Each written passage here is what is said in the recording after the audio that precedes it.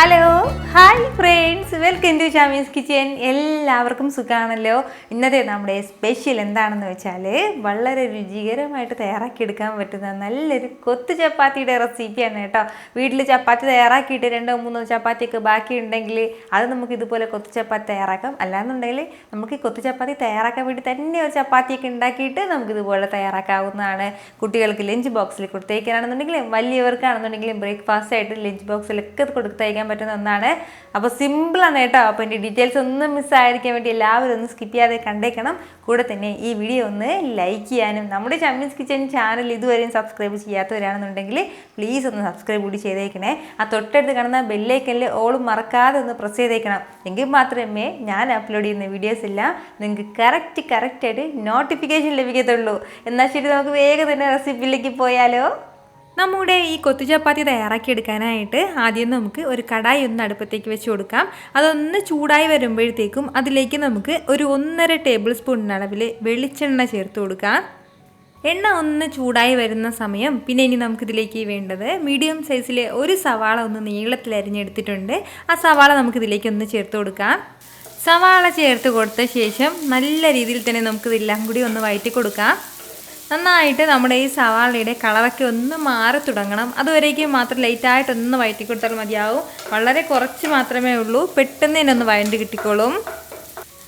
ഇപ്പോൾ നമ്മുടെ ഈ സവാളയുടെ കളറൊക്കെ ഒന്ന് ലൈറ്റായിട്ടൊന്ന് മാറി തുടങ്ങിയിട്ടുണ്ട്. ഇതുപോലെ ഒന്ന് മാറി തുടങ്ങുമ്പോഴത്തേക്കും പിന്നെ ഇനി നമുക്കിതിലേക്ക് വേണ്ടത് നമ്മുടെ എരിവിന് ആവശ്യമായിട്ടുള്ള പച്ചമുളകാണ്. ഞാനിപ്പോൾ ഒരു 2 പച്ചമുളക് ഇതിലേക്ക് ചേർക്കുകയാണ്.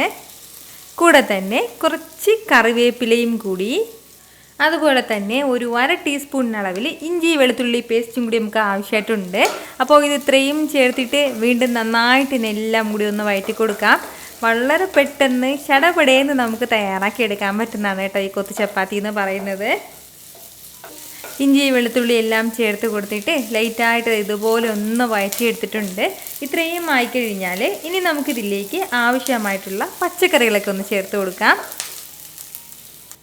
മീഡിയം സൈസ് തക്കാളിയിൽ ഒരു തക്കാളി ഞാനിപ്പോൾ എടുത്തിട്ടുണ്ട്, അത് നമുക്കിതിലേക്ക് ചേർക്കാം. കൂടെ തന്നെ ഒരു പകുതി ക്യാരറ്റ് ഇതുപോലെ ഒന്ന് നീളത്തിൽ അരിഞ്ഞെടുത്തിട്ടുണ്ട്, അതും കൂടി. ഇനി നമുക്കിതിലേക്ക് വേണ്ടത് ക്യാബേജാണ്. ഒരു 1/4 കപ്പ് അളവിൽ മാത്രം ക്യാബേജും കൂടി ഇതിലേക്കൊന്ന് ചേർക്കാം. ഇത് ഇത്രയും ചേർത്തിട്ട് ചെറിയ രീതിയിൽ ഒന്ന് വഴറ്റി കൊടുക്കുകയാണ്. നമ്മുടെ വെജിറ്റബിൾസ് എല്ലാം ഒന്ന് വഴണ്ട് തുടങ്ങട്ടെ. ഒരേ 1 മിനിറ്റ് മാത്രം ഒന്ന് ഹൈ ഫ്ലെയിമിൽ വെച്ചിട്ട് നമുക്കൊന്ന് വഴറ്റി കൊടുക്കാം. ഇതുപോലെ ഒന്ന് വഴറ്റി കൊടുത്ത ശേഷം ഇനി നമുക്കിതിലേക്ക് ആവശ്യമായിട്ടുള്ള മസാലകളും കൂടി ചേർക്കാം. ഇതുപോലെ 1 ടീസ്പൂൺ അളവിൽ കുരുമുളക് പൊടി ചേർക്കുകയാണ്. എരിവ് നമ്മുടെ ആവശ്യത്തിനനുസരിച്ചിട്ട് മതിയാവും. കൂടെ തന്നെ 1/2 ടീസ്പൂൺ അളവിൽ മുളക് പൊടിയും കൂടി. മുളക് പൊടിയേക്കാളും കുറച്ചും കൂടി കൂടുതലായിട്ട് വേണം കേട്ടോ കുരുമുളക് പൊടി ചേർക്കാനായിട്ട്. അതുപോലെ തന്നെ ഒരു 1/2 ടീസ്പൂൺ അളവിൽ മല്ലിപ്പൊടിയും കൂടി. ഇനി വേണ്ടത് ഗരം മസാല പൊടിച്ചതാണ്. ഒരു 1/4 ടീസ്പൂൺ അളവിൽ ഗരം മസാല പൊടിയും കൂടി. ഇത് ഇത്രയും ചേർത്തിട്ട് നന്നായിട്ട് എല്ലാം ഒന്ന് വഴറ്റി കൊടുക്കാം. നല്ല രീതിയിൽ ഇതുപോലെ ഒന്ന് വഴറ്റി കൊടുക്കുകയാണ്. നമ്മുടെ ഈ മസാലയുടെയൊക്കെ ആ ഒരു പച്ചമണം മാറുന്നത് വരെ മാത്രം നന്നായിട്ട് എല്ലാം യോജിപ്പിച്ച് കൊടുത്തു കഴിഞ്ഞാൽ ഇനി നമുക്ക് വേണ്ട എന്താണെന്ന് വെച്ചാൽ ഇതൊന്ന് ഒരു സൈഡിലേക്ക് ഒന്ന് ഒതുക്കി കൊടുക്കാം. ഇനി നമുക്കിതിലേക്ക് നമ്മുടെ മുട്ടയും കൂടി ഒന്ന് വറുത്തെടുക്കണം. അപ്പോൾ അതിന് വേണ്ടിയിട്ടാണ് ഞാനിപ്പോൾ ഒരു 2 മുട്ടയാണ് എടുത്തിട്ടുള്ളത്, അത് നമുക്കിതിലേക്ക് ചേർക്കാം. കൂടെ തന്നെ ഒരല്പം കുരുമുളക് പൊടിച്ചതും കൂടി. നമ്മുടെ ഈ മുട്ടയ്ക്ക് മാത്രം ആവശ്യമായിട്ടുള്ള ഒരല്പം ഉപ്പും കൂടി ചേർക്കുകയാണ്. ഇനി നമുക്കിതിലേക്ക് വേണ്ടത് മഞ്ഞൾപ്പൊടിയാണ് കേട്ടോ. ഒരു 1/4 ടീസ്പൂൺ അളവിൽ മഞ്ഞൾപ്പൊടിയും കൂടി. അപ്പോൾ ഇത് ഇത്രയും ചേർത്തിട്ട് നന്നായിട്ട് തന്നെ എല്ലാം കൂടി ഒന്ന് യോജിപ്പിച്ച് കൊടുക്കുകയാണ്. നല്ല രീതിയിൽ തന്നെ നമുക്കിതെല്ലാം കൂടി ഒന്ന് മിക്സ് ചെയ്ത് കൊടുക്കാം. ഇപ്പോൾ നമ്മുടെ ഈ മുട്ടയെല്ലാം നല്ലതുപോലെ തന്നെ റെഡി ആയിട്ടുണ്ട്. ഞാനിപ്പോൾ ഒരുപാട് അങ്ങനെ പൊടിയാക്കിയിട്ടില്ല. അങ്ങനെ തീരെ പൊടിയായിട്ട് വേണമെന്നുണ്ടെങ്കിൽ കുറച്ചും കൂടി നമ്മളിതെല്ലാം ഒന്ന് കട്ട് ചെയ്ത് കൊടുത്താൽ മതിയാവും കേട്ടോ. എന്നിട്ട് ഇനി നമുക്കിതെല്ലാം കൂടി ഒന്ന് യോജിപ്പിച്ചിട്ട് വീണ്ടും ഒന്ന് ഇളക്കി കൊടുക്കാം. ഫ്ലെയിം ഈ സമയത്തെല്ലാം ഞാനൊന്ന് മീഡിയത്തിലാണ് വെച്ച് കൊടുത്തിട്ടുള്ളത്. അതായത് നമ്മുടെ ഈ പച്ചക്കറികളുടെ കൂടെ മുട്ട പൊട്ടിച്ചൊഴിച്ചിട്ട് എല്ലാം കൂടി അങ്ങനെ യോജിപ്പിച്ചെടുക്കരുത്. ഇതുപോലെ ഒന്ന് സെപ്പറേറ്റ് ആക്കിയിട്ട് വേണം മുട്ട റെഡിയാക്കി എടുക്കാനായിട്ട്.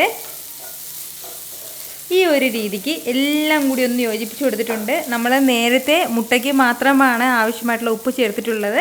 ഇനി നമ്മുടെ വെജിറ്റബിൾസിനും കൂടി ആവശ്യമായിട്ടുള്ള ഉപ്പ് ചേർത്ത് കൊടുക്കാം ഈ ഒരു സമയം. അപ്പോൾ ഈ ഒരു രീതിക്ക് നന്നായിട്ടൊന്ന് യോജിപ്പിച്ച് കൊടുത്തു കഴിഞ്ഞാൽ പിന്നെ ഇനി നമുക്കിതിലേക്ക് വേണ്ടതാണ് ഇതുപോലെ ഒരു 1/4 കപ്പ് അളവിൽ വെള്ളം കൂടി. അപ്പോൾ നമ്മൾ ഈ വെള്ളം ചേർക്കുന്നത് എന്തിനാണെന്ന് വെച്ചാൽ നല്ലൊരു മോയ്സ്ചർ കിട്ടാനായിട്ടാണ് കേട്ടോ. അതായത് ഇതിപ്പോൾ നല്ലതുപോലെ ഡ്രൈ ആയിട്ടാണ് ഉള്ളത്. അപ്പോൾ അതങ്ങ് മാറി കിട്ടാൻ വേണ്ടിയിട്ടാണ് ഒരല്പം മാത്രം വെള്ളം ചേർത്ത് കൊടുക്കുന്നത്. ഇതിപ്പോൾ നമുക്ക് കാണുമ്പോൾ തന്നെ അറിയാം ഇതിലേക്ക് ഒരുപാട് വെള്ളമൊന്നും ആയിട്ടില്ല, ഒന്ന് മോയ്സ്ചറായി മാത്രമേ കിട്ടിയിട്ടുള്ളൂ. അപ്പോൾ ഈ ഒരു സമയം ഇതിലേക്ക് ഇനി നമുക്ക് ചേർക്കേണ്ടതാണ് ഇതുപോലെ ഒരു 3 ചപ്പാത്തി ഞാനിപ്പോൾ എടുത്തിട്ടുണ്ട്. എന്നിട്ട് ഈ ഒരു രീതിക്കൊന്ന് കട്ട് ചെയ്ത് എടുത്തിരിക്കുകയാണ് കേട്ടോ. 3 ചപ്പാത്തിയാണ് ഉള്ളത്. 3 ചപ്പാത്തിക്കുള്ള മസാലക്കൂട്ടാണ് നമ്മൾ തയ്യാറാക്കിയിട്ടുള്ളത്. അരിഞ്ഞെടുക്കുന്നതൊക്കെ നമ്മുടെ ഇഷ്ടത്തിനനുസരിച്ചിട്ട് അരിഞ്ഞെടുക്കാവുന്നതാണ്. ചപ്പാത്തിയും ചേർത്ത് കൊടുത്തിട്ട് നല്ല രീതിയിൽ തന്നെ വീണ്ടും ഒന്ന് യോജിപ്പിച്ച് കൊടുക്കുകയാണ്. നന്നായിട്ടൊന്ന് മിക്സ് ചെയ്ത് കൊടുക്കാം.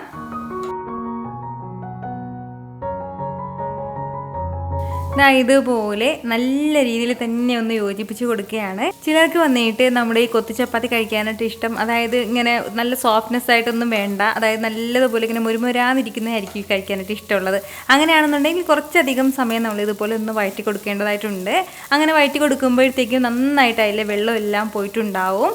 ഇതിപ്പോൾ ഇച്ചിരി സോഫ്റ്റ് ആയിട്ടാണ് ഉള്ളത്, നല്ല മോയ്സ്ചറായിട്ടാണ് ഇപ്പോൾ ഉള്ളത്. നമുക്ക് ഇതുപോലെ ഒന്ന് വഴറ്റി കൊടുത്ത ശേഷം പിന്നെ ഇനി നമുക്കിതിലേക്ക് വേണ്ട കാര്യമാണ് കുറച്ച് ക്യാപ്സിക്കം കൂടി. അപ്പോൾ ക്യാപ്സിക്കത്തിന് അധികം വേവ് വേണ്ട, അതിൻ്റെ പേരിൽ ലാസ്റ്റിൽ മാത്രം ചേർത്ത് കൊടുത്താൽ മതിയാവും. കൂടെ തന്നെ ഒരു പകുതി നാരങ്ങയുടെ ജ്യൂസും കൂടി നമുക്ക് ആവശ്യമായിട്ടുണ്ട്. ഫൈനലി കുറച്ച് മല്ലിയിലയും കൂടി ചേർത്ത് കൊടുക്കാം. ഇത് ഇത്രയും ചേർത്തിട്ട് നല്ല രീതിയിൽ തന്നെ എല്ലാം കൂടി ഒന്ന് യോജിപ്പിച്ച് കൊടുക്കുകയാണ്. നന്നായിട്ട് എല്ലാം കൂടി ഒന്ന് മിക്സ് ചെയ്ത് യോജിപ്പിച്ച് കൊടുക്കാം. നിങ്ങൾക്കിത് കാണുമ്പോൾ തന്നെ അറിയായിരിക്കുമല്ലോ ഇതെന്ത് മാത്രം ടേസ്റ്റി ആയിട്ടുള്ള ഒരു കൊത്തു ചപ്പാത്തി ആയിരിക്കും എന്ന്. നമ്മുടെ ഈ കൊത്തു ചപ്പാത്തി എത്ര സിമ്പിളായിട്ടാണ് നമ്മൾ തയ്യാറാക്കി എടുത്തിട്ടുള്ളത്. ഇതിൻ്റെ കൂടെ വേണമെന്നുണ്ടെങ്കിൽ സൈഡായിട്ട് ഒരു ടൊമാറ്റോ സോസ് വെക്കാം, അല്ലാന്നുണ്ടെങ്കിൽ നല്ലൊരു തൈര് സാലഡൊക്കെ വെച്ച് കൊടുക്കാം കേട്ടോ.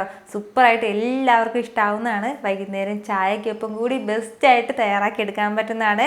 അപ്പോൾ ഇനി ചപ്പാത്തിയൊക്കെ 2-3 ചപ്പാത്തി ബാക്കി വരികയാണെന്നുണ്ടെങ്കിൽ ഉറപ്പായിട്ട് ഇതുപോലെ ഒന്ന് ട്രൈ ചെയ്ത് നോക്കിയേക്കണം. അല്ലാന്നുണ്ടെങ്കിൽ ഞാൻ പറഞ്ഞതുപോലെ ചപ്പാത്തി തയ്യാറാക്കിയിട്ട് ഇതുപോലെ ഒന്ന് സൂപ്പറായിട്ട് ട്രൈ ചെയ്യാവുന്നതാണ് കേട്ടോ. ഉറപ്പായിട്ട് നിങ്ങളുടെ ഫീഡ്ബാക്ക് എനിക്കൊന്ന് മറക്കാതെ അറിയിച്ചേക്കണം. കാരണം നിങ്ങളുടെ ഫീഡ്ബാക്ക് കാണുമ്പോൾ ായിരിക്കും അത് മറ്റുള്ളവർക്കും തയ്യാറാക്കി നോക്കണം എന്നുള്ളൊരു പ്രചോദനം ഉണ്ടാകുന്നത്. അപ്പോൾ ഈ വീഡിയോ ഇഷ്ടമായാൽ എല്ലാവരും ഒന്ന് ലൈക്ക് ചെയ്യാനും കൂടെ തന്നെ നിങ്ങളുടെ ഫ്രണ്ട്സിനും ഫാമിലിക്കും എല്ലാവർക്കും ഇതൊന്ന് ഷെയർ കൂടി ചെയ്ത് കൊടുത്തേക്കണം. ഇതുപോലുള്ള റെസിപ്പിക്ക് വേണ്ടിയിട്ട് നമ്മുടെ ഷമീസ് കിച്ചൻ ചാനൽ ഫോളോ ചെയ്യാനും സബ്സ്ക്രൈബ് ചെയ്യാനും ആരും മറക്കരുത്. വീണ്ടും നല്ലൊരു ഉഷാറ് വീഡിയോ ആയിട്ട് നാളെ 2 മണിക്ക് കാണാം. അതുവരേക്കും എല്ലാവരും ഹാപ്പി ആയിട്ടിരിക്കുക, സന്തോഷമായിട്ടിരിക്കുക, എല്ലാവരും സേഫ് ആയിട്ടിരിക്കണം. Take care friends. ടാറ്റാ.